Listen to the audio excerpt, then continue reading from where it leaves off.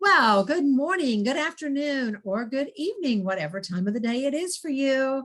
I'm Eva Marie Everson. I am the president of Wordweavers International, the director of Florida Christian Writers Conference, and this is an episode of Eva Marie and the Experts. I always feel like there should be some theme music here, like the American Idol, and this is American Idol. I'm going to have to get some music, Edwina. Let me introduce to you my good friend, Edwina Perkins. I'm going to tell you just a little bit about her. I'm going to ask her to tell us a little bit more about herself, but you may know her already. She is the editor of Harambee Press. We're going to talk about that just a little bit. She is a speaker. She is the co-director, right? Assistant director. The assistant director. I know every conference has like a different terminology. The assistant director to Edie Mousen at the Blue Ridge Mountains Christian Writers Conference. And that's going to start this year. I'm so excited for you. But she's also my good friend, and we're going to find out so much more about her. Edwina, let's start with this. Harambee Press. What is it? Tell us more about it. I'm going to tell you how it got started because you were involved in that. Yes, I was. I was at the Florida Christian Writers Conference, and Eddie walked up to me. Eddie Jones. Jones. He said, "I'd like to talk to you." And I was like, "Okay." We go out into the hall, and he said to me, "It's been on my mind for a while that we need an imprint to represent the ethnic voice. Would you be willing to be the manager?" And I was like, "What?" He said, "Well, if you need to pray about it." I went, "Oh, no. I'm halfway through that prayer." Yeah. And I was so excited. And then he tells me, "You're going to have to come up with a name." And I remember walking into the office and looking at you like a deer in headlights, going, this is a huge responsibility. How am I going to name this?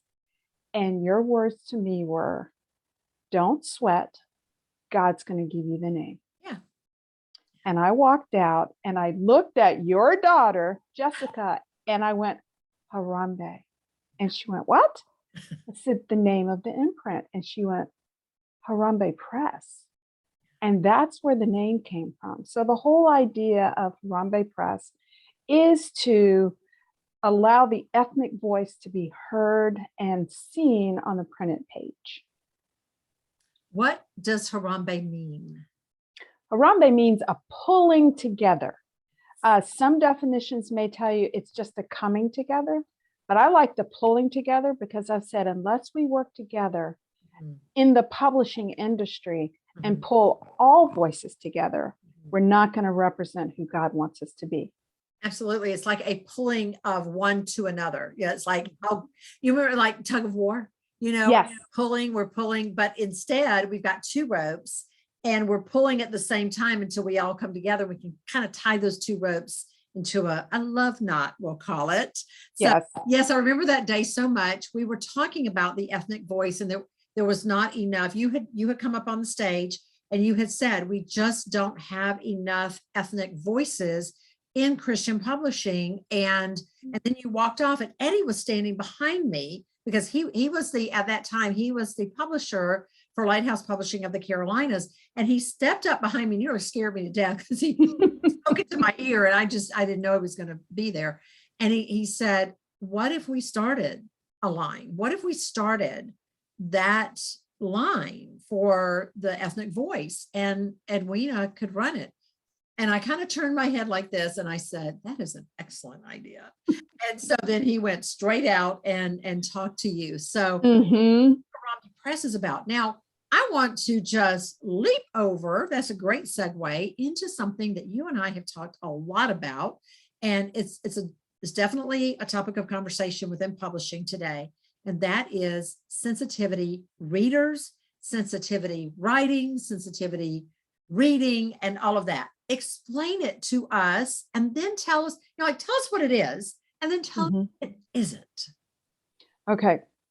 You need to know, as a writer, your most valuable ability is your credibility. And the idea of a sensitivity reader is someone who's in a community that you're not a part of.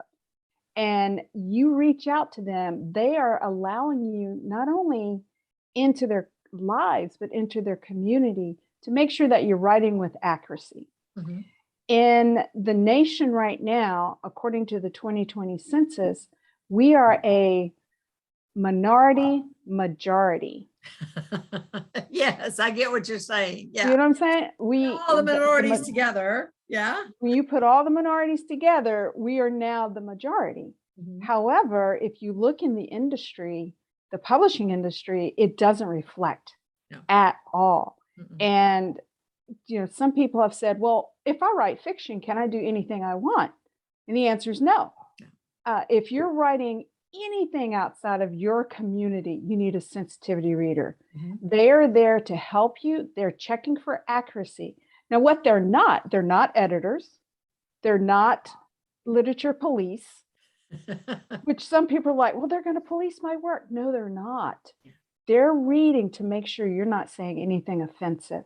Right. Because if you offend one person, you really are offending that entire community. Yeah. And you don't want to do that. So what we do about, and I just read a book, and let me just preface this. You and I, we're both from the South. Yes. And over the course of my life, I have watched movies and read book and seen videos and TV shows and all this. Yeah, I know I have an accent, but I hear the Northerners, acting in Hollywood, and they have us talking like this, and we don't all talk like that. No. There are some of us who do. I have a cousin who does, but we don't all talk like that. Every area has its own little dialect. Right. Remember the comedian Louis Grizzard. He was a columnist and he was a comedian out of Atlanta. He passed away a few years ago, but my gosh, when he had his little stand-up routine, he had the whole South laughing with him. But he talked about his time as a prisoner of war in Chicago when he worked for the Chicago Sun. Mm. Said, people would come up to him and he said, they think we're stupid because we talk different. Mm. Okay. And then he kind of jokingly says, God talks like we do, which was really cute. But he said, people come up to him and they'll say, do you people read? And, he says, just because we talk differently doesn't mean we're stupid. That's two different things. And that reminds me of that movie, Sweet Home Alabama. I don't know if you remember when her husband, who she's been estranged from for years, he says to her, just because I talk funny don't mean I'm stupid. And I thought that was great. But what I loved about it was they didn't clean up his grammar. That's exactly the way a boy from Alabama would say it. He would say, just because I talk funny don't mean I'm stupid. I know teachers who mess up the don't and the doesn't. And in the South, it's just the way it's done. It's just the way it's spoken. And so I know that there are times when I think, I want you to understand black, white, green, different, it just doesn't matter. Just because you're from another area of the United States doesn't mean you're stupid. So I'm reading this novel about 2 weeks ago, and it's set up in the Appalachian Mountains, back in the 1930s, I think. And the author stayed true to the voice of the Appalachian people, which, if you're highly educated, or even if you're moderately educated and you're reading it, you think, oh my goodness, are these people stupid? But I knew that no, this was their dialect. And it still is their dialect. And they're not stupid. Being stupid and being uneducated are two different things. They're staying true to it. And my question was, and I thought about you, and I thought, okay, if I were a sensitivity reader, let's say from the Appalachian Mountains, would I be offended that she has people talking like this, when in fact that is the way of the language of those people at that time? So where's the line, Edwina? I really think the line is more just be aware and be careful, because one of the things that I have said is be careful with dialect. Yeah. You have someone who's from that area, they may read it and go, I understand this. But once you usually introduce it, you don't have to keep You repeating don't have it, to keep doing it. Yeah. Mhm. because the reader, if you've done your job of showing, they're Mhm. going to do it in their own mind. Yes. And it's the way you word your sentence structures, the way the sentence is structured. It makes a difference. Yes. So that sensitivity reader is going to come in and say, okay, you've gotten the idea. But if you've got someone who really understands the process of sensitivity reading, they also may say, okay, you've gotten it to the point you don't have to keep doing it. Yes. Yes, exactly. And Don't keep that's dropping the G's. exactly. Yeah. You introduce it, you get it started, you get it in the reader's mind, and then watch. I've actually seen someone read part of a manuscript. The G's were not dropped, but they were dropping them because they took hold of the way Right. the person spoke. Mm-hmm. So yes, Yeah. but you made a great point. Getting somebody from that area to read the book. Yeah. As a sensitivity reader, because other people may read it and be like, well, no, they can't talk like this, or that's too hard to read. But if you're a good writer, Yeah. they'll be able to read it. And that was one of the things that the author did not do.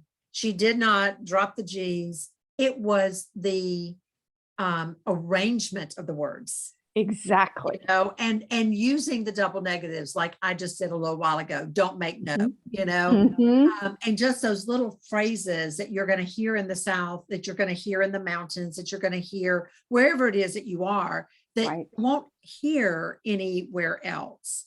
I know periodically I'll say things that it's very common to me. I've heard it my whole life, you know, and somebody from another part of the country was, I've never heard that before.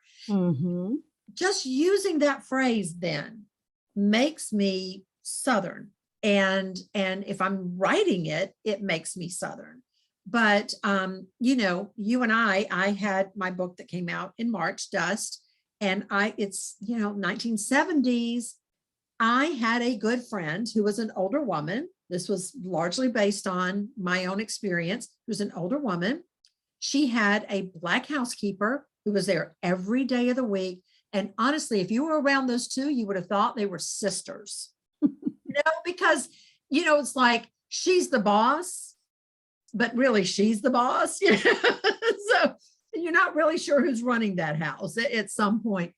But the way that they spoke with each other and the mutual respect that they had, I was trying to relay that in the book, but being accurate to the time as well, being accurate to the time. So I had you read it. You pulled out a small handful of things that I would have never thought about. But when I looked at it, I said, yeah, she's spot on with this. She's spot on with it. Yeah. Because we can only come from life from our own experiences. That's what I was, excuse me, that's what I was going to say, because I've told people, I talk about the need of sensitivity readers and being accurate in your writing, but don't expect me to be able to do everything. Right. I've had people bring manuscripts to me that I'm like, that is out of my wheelhouse. I don't care if the person is a person of color. I cannot, you know, be a reader for you, because I come from my perspective, my community, how I grew up. And if you're asking me to write really about anyone who grew up in the city having a hard life, I couldn't speak to that accurately. There are pointers I could give you, you know, blatant comments that would be offensive, blatant stereotypes. But outside of that, no. So that's why it's important when you get a sensitivity reader to make sure that they are part of that community that you're writing about. Absolutely. Now, let me ask you one more question. We like to keep these short, but I do want to ask you a question. So do you think that something like this can be taken too far? so that we end up stripping voice down and then we're no longer accurate to a time or to a place. Yes, I do believe it can be taken too far. That's one of the main reasons I'm saying get the person in the community. And it has to be a mutual relationship and mutual respect, kind of like you talked to the two ladies. Yes. If the author is not comfortable with the sensitivity reader and the sensitivity reader is not comfortable with the author, then you need to part ways. Yeah. But the idea is that you're coming together, and if a good sensitivity reader knows what they're doing, they're not going to lose your voice. They're not rewriting your words. They're just pointing out those little elements that could damage your story. And to give you an option away from that, because I know I remember the option that you gave me. There was a line that I used. I didn't even think about it in terms of, this is going to be, it's going to upset anybody. And so you said, you might want to just think about this phrase right here. And so I just don't see how that could be. And then I thought, well, I know another way to write it. And so I did. And when I sent it to you, you're like, that is just so you. That is so that you came up with that. And I was so glad that we had that, where we could go back and forth with it. And today in Wordweavers, I had a Wordweavers meeting today. I'm writing a novel now that takes place in 1962. The main character is a kindergarten teacher, 1962 kindergarten teacher. Okay. She owns her own kindergarten. And she's talking to this guy, and he is trying to make a suggestion to her, and she kind of snaps his head off, and he just kind of goes like, whoa, okay, I'll back off. And in her mind, she said, he raised his hands like one of the kindergartners playing cowboys and Indians, which in 1962, how often do we play cowboys and Indians, right? And one of the Wordweavers members said, I don't know if that's a good idea. And I thought, I'm gonna hold on to that because it's 1962 and she's a kindergarten teacher. And so I walked away from the meeting, and be honest, I was transferring laundry from the washer to the dryer. It's part of my job every day. And all of a sudden I had this thought, cops and robbers. There you go. I might offend the robbers. But that's definitely there. I'm sorry. That's definitely better. That's better. And sometimes, if you just don't be so, but just think about it for a moment. Right. Come up with something else. And then I did an interview with Tamara Alexander a few months ago, and she actually relinquished a contract because the publishing house wanted her to change so much, and she knew it was factual. It didn't want the facts to offend anyone. And the facts in some cases should offend you. Right. You see, and if we forget the facts, if we cover up the facts, what's the history? Right. And then we're doomed to repeat it, according to some great mind out there. I don't know who said it, but I'm sure Hemingway was told he said it, or somebody. Probably. Or Jefferson. I don't know. Every time I turn around, it's either Twain said it, Washington said it, Jefferson said it, or Hemingway. So there you go. It was probably Charles Schultz who said it. Edwina, thank you so much for joining me today and for talking about what sensitivity readers are and what they aren't, because I think we often get confused by that. I thank you all for joining us. And if you want to know more about Wordweavers International and what we do, go to word-weavers.com. We also own Florida Christian Writers Conference, and you can find that within word-weavers.com. Just click on Florida events. All right. Until next time. See you later. Bye.